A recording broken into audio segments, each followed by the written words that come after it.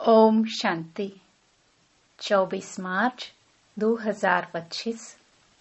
बाबा के महावाक्य। मीठे बच्चे, यह ज्ञान तुम्हें शीतल बनाता है। इस ज्ञान से काम क्रोध की आग खत्म हो जाती है। भक्ति से वह आग खत्म नहीं होती। प्रश्न: याद में मुख्य मेहनत कौन सी है? उत्तर: बाप की याद में बैठते समय देह भी याद न आए। आत्म अभिमानी बन बाप को याद करो। यही मेहनत है। इसमें ही विघ्न पड़ता है, क्योंकि आधा कल्प देह अभिमानी रहे हो। भक्ति माना ही देह की याद। ओम शांति। तुम बच्चे जानते हो, याद के लिए एकांत की बहुत जरूरत है। जितना तुम एकांत व शांत में बाप की याद में रह सकते हो, उतना झुंड में नहीं रह सकते हो। स्कूल में भी बच्चे पढ़ते हैं तो एकांत में जाकर स्टडी करते हैं। इसमें भी एकांत चाहिए। घूमने जाते हो तो उसमें भी याद की यात्रा मुख्य है। पढ़ाई तो बिल्कुल सहज है, क्योंकि आधा कल्प माया का राज्य आने से ही तुम देह अभिमानी बनते हो। पहला शत्रु है देह अभिमान। बाप को याद करने के बदले देह को याद कर लेते हैं। इसको देह का अहंकार कहा जाता है। यहाँ तुम बच्चों को कहा जाता है आत्म अभिमानी बनो। इसमें ही मेहनत लगती है। अब भक्ति तो छूटी। भक्ति होती ही है शरीर के साथ। तीर्थों आदि पर शरीर को ले जाना पड़ता है। दर्शन करना है, यह करना है, शरीर को जाना पड़े। यहाँ तुमको यही चिंतन करना है कि हम आत्मा हैं। हमको परमपिता परमात्मा बाप को याद करना है। बस जितना याद करेंगे तो पाप कट जाएंगे। भक्ति मार्ग में तो कभी पाप कटते नहीं हैं। कोई बूढ़े आदि होते हैं तो अंदर में यह वहम होता है, हम भक्ति नहीं करेंगे तो नुकसान होगा, नास्तिक बन जाएंगे। भक्ति की जैसे आग लगी हुई है और ज्ञान में है शीतलता।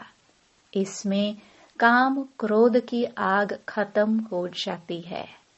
भक्ति मार्ग में मनुष्य कितनी भावना रखते हैं, मेहनत करते हैं। समझो बद्रीनाथ पर गए, मूर्ति का साक्षात्कार हुआ, फिर क्या? झट भावना बन जाती है। फिर बद्रीनाथ के सिवाय और कोई की याद बुद्धि में नहीं रहती। आगे तो पैदल जाते थे। बाप कहते हैं, मैं अल्पकाल के लिए मनोकामना पूरी कर देता हूँ, साक्षात्कार कराता हूँ। बाकी मैं इनसे मिलता नहीं हूँ। मेरे बिगर वर्षा थोड़ी मिलेगा। वर्षा तो तुमको मेरे से ही मिलना है ना। यह तो सभी देहधारी हैं। वर्षा एक ही बाप रचता से मिलता है। बाकी जो भी है जड़ अथवा चैतन्य, वह सारी है रचना।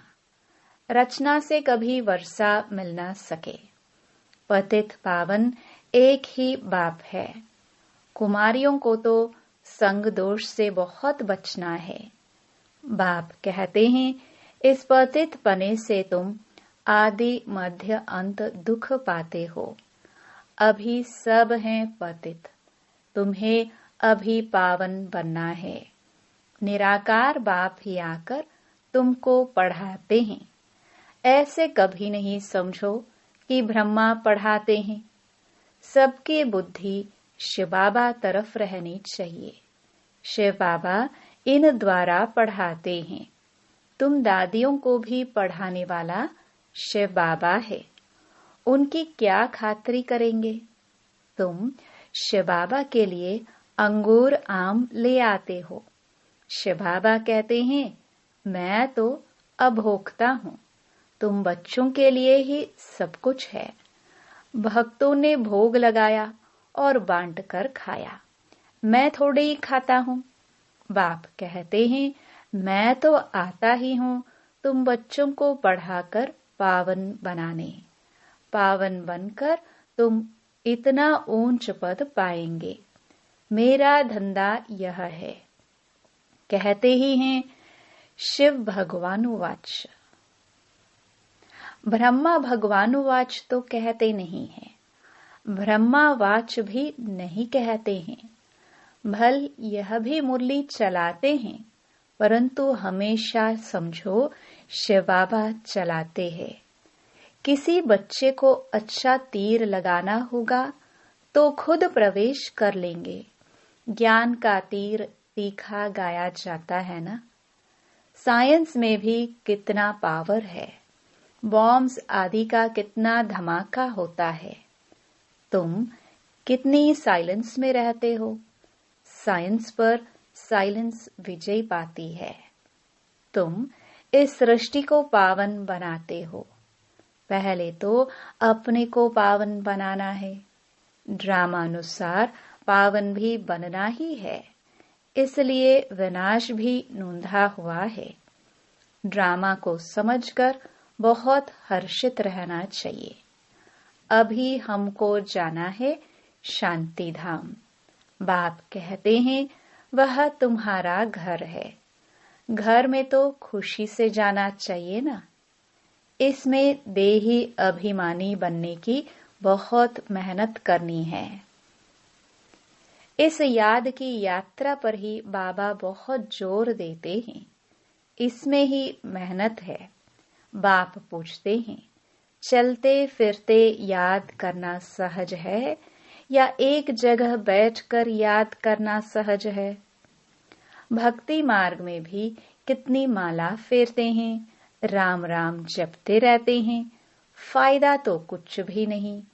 बाप तो तुम बच्चों को बिल्कुल सहज युक्ति बतलाते हैं।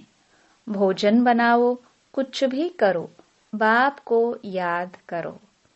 भक्ति मार्ग में श्रीनाथ द्वारे में भोग बनाते हैं, मुंह को पट्टी बांध देते हैं, जरा भी आवाज न हो। वह है भक्ति मार्ग। तुमको तो बाप को याद करना है।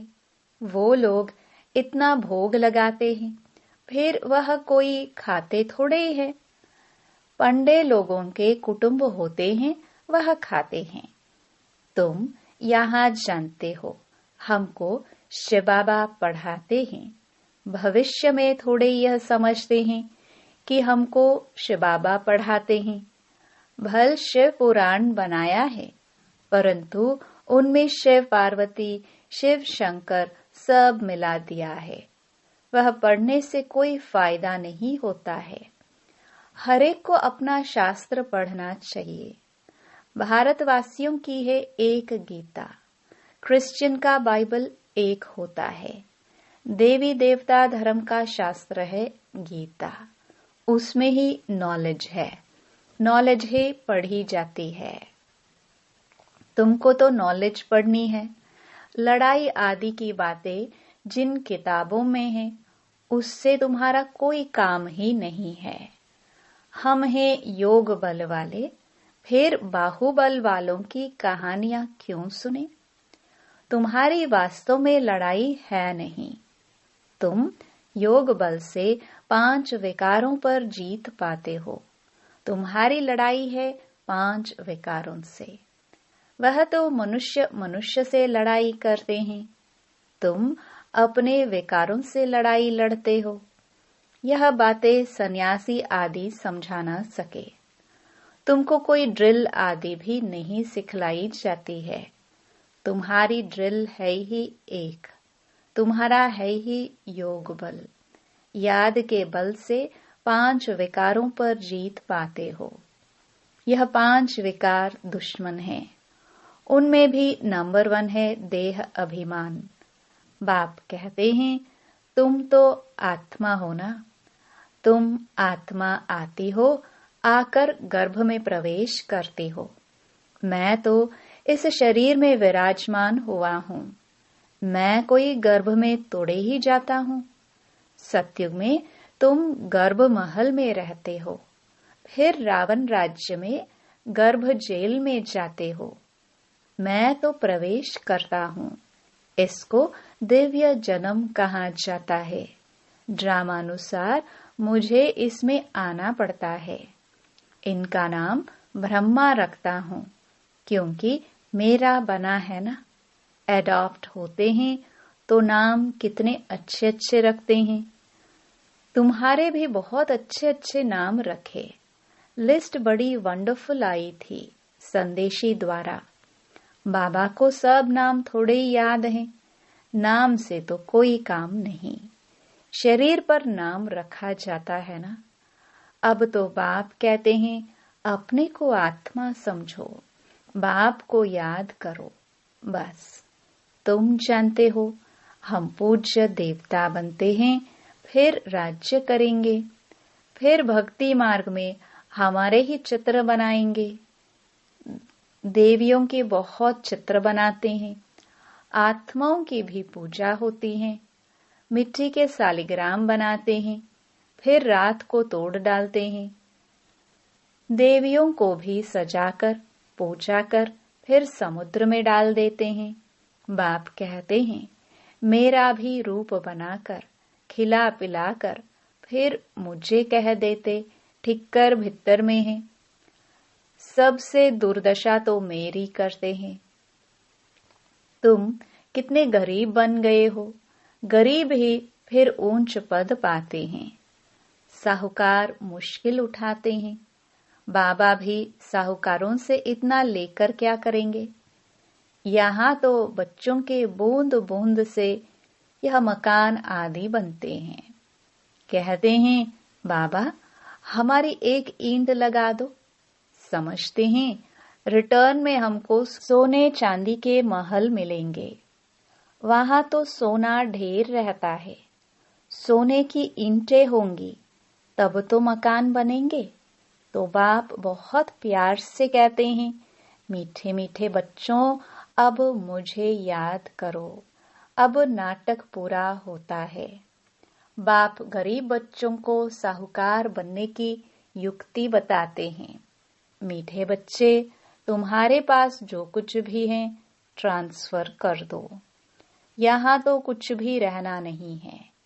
यहाँ जो ट्रांसफर करेंगे वह नई दुनिया में तुमको 100 गुना होकर मिलेगा। बाबा कुछ मांगते नहीं हैं, वह तो दाता है।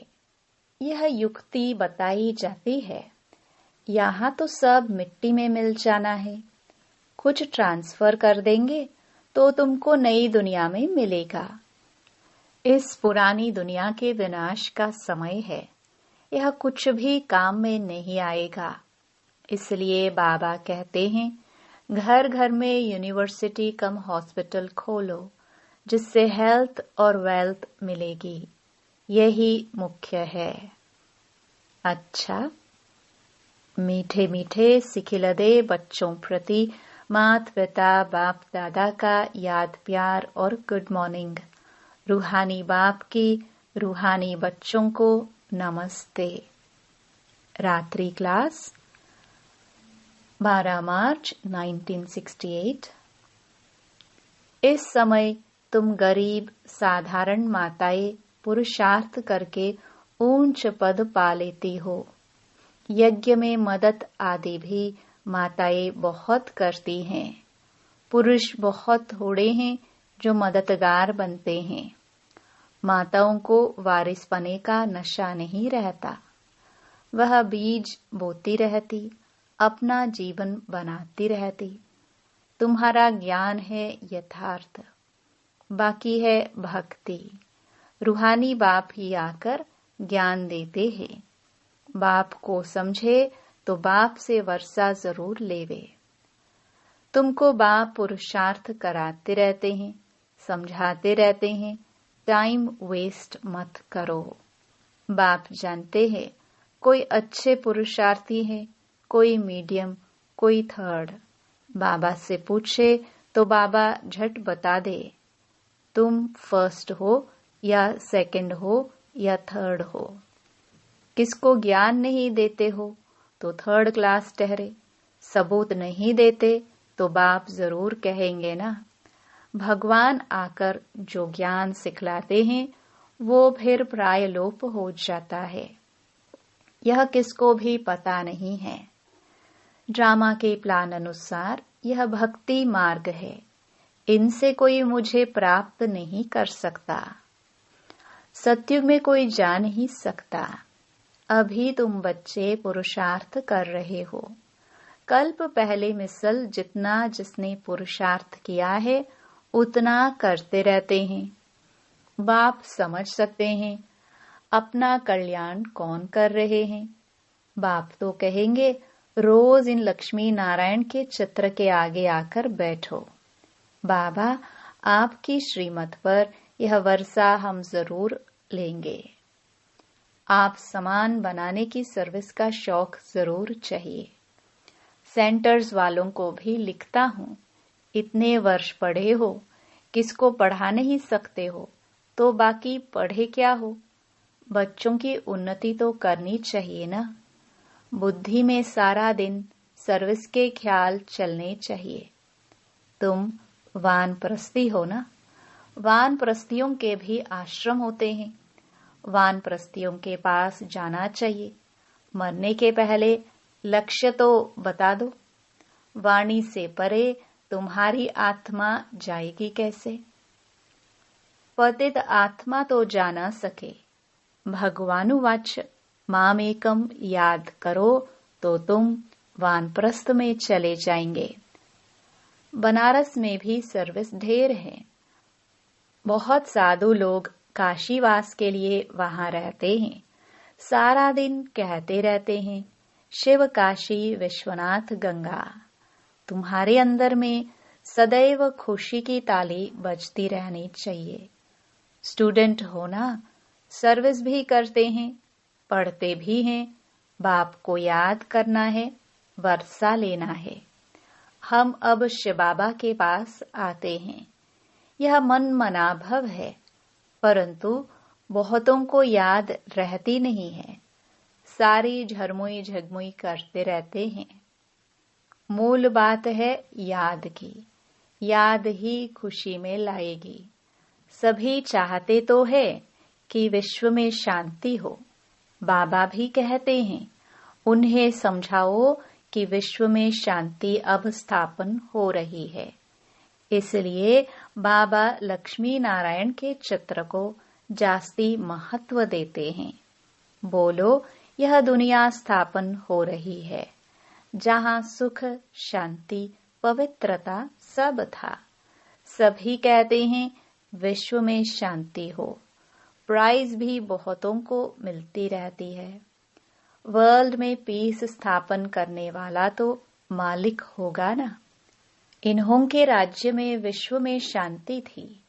एक भाषा, एक राज्य, एक धर्म था। बाकी सभी आत्माएं निराकारी दुनिया में थी। ऐसी दुनिया किसने स्थापन की थी? पीस किसने स्थापन की थी? फॉरेनर्स भी समझेंगे यह पैराडाइज था, इन्हों का राज्य था। वर्ल्ड में पीस तो अब स्थापन हो रही है। बाबा ने समझाया था प्रभात फेरी में भी यह लक्ष्मी नारायण का चित्र निकालो, जो सभी के कानों में आवाज पड़े कि यह राज्य स्थापन हो रहा है। नरक का विनाश सामने खड़ा है। यह तो जानते हैं ड्रामानुसार शायद देरी है। बड़ों बड़ों के तकदीर में अभी नहीं है। फिर भी बाबा पुरुषार्थ कराते रहते हैं। ड्रामानुसार सर्विस चल रही है। अच्छा, गुड नाइट। धारणा के लिए मुख्य सार। पहला, संग दोष से अपनी बहुत बहुत संभाल करनी है। कभी पतितों के संग में नहीं आना है। साइलेंस बल से इस सृष्टि को पावन बनाने की सेवा करनी है।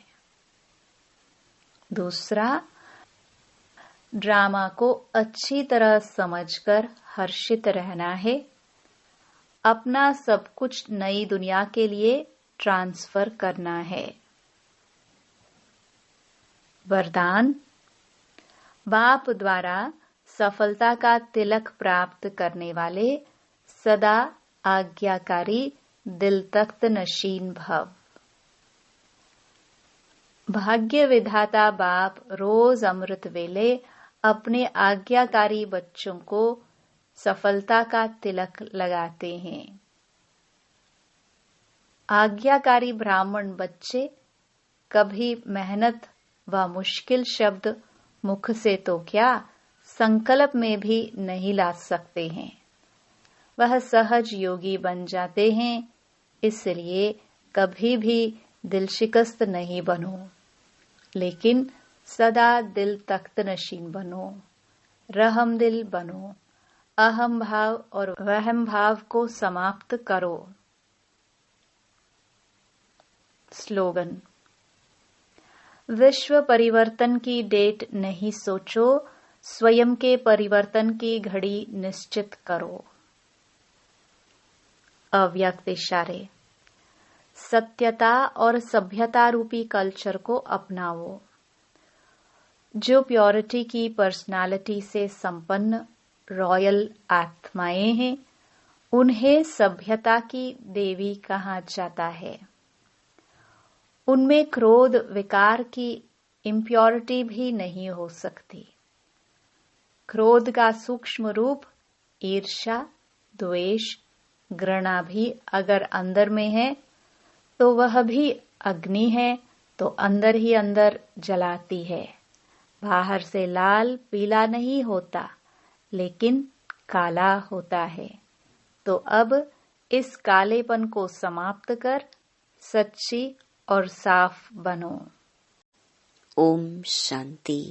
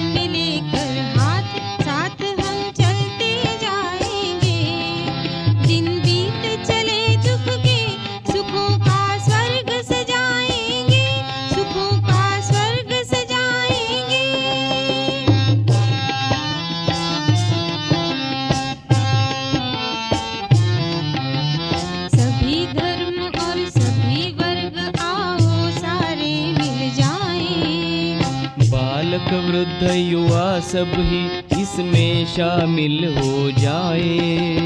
रणचंडी दुर्गा बन परिवर्तन का बिगुल बजाए। माताएं बहनें आओ सब एक ही स्वर में गाएं। सबके ही सहयोग से सुखमय विश्व बनाएंगे।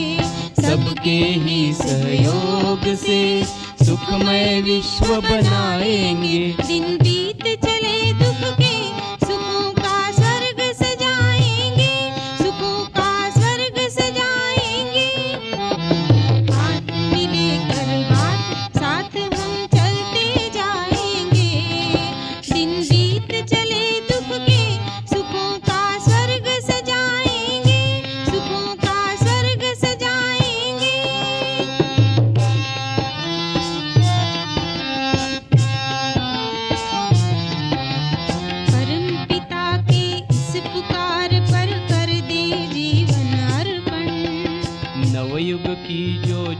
दिखाए बन जाए वो दर्पण।